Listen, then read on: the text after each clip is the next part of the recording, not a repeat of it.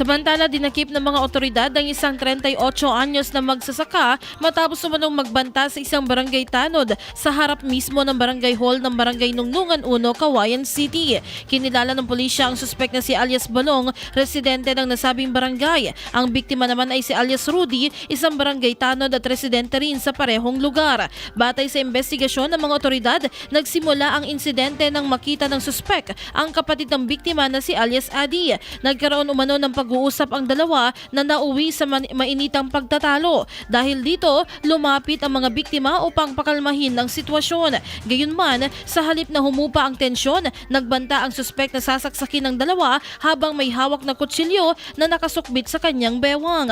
Dahil sa banta, agad na humingi ng tulong ang barangay tanod sa kanyang mga kasamahan at kumuha ng steel pipe bilang panangga. Nang magkaroon ng pagkakataon, mabilis na inagaw ni alias Adi ang kutsilyo mula sa suspek dahilan upang tuluyang masakote ng mga barangay tanod ang lalaki. Agad namang inireport at ang insidente sa pulisya na rumisponde at nagdala sa suspek sa himpilan. Ayon sa pulisya, lumalabas sa kanilang investigasyon na may dati ng alitan ng pamilya ng suspek at ng biktima bago pa mangyari ang insidente. Sa kabila nito, wala namang naitalang nasaktan sa nangyari. Sa kasalukuyan, hinihintay pa ng mga otoridad ang desisyon ng panig ng biktima kung itutuloy nila ang pagsasampa ng kaukulang kaso laban sa suspek.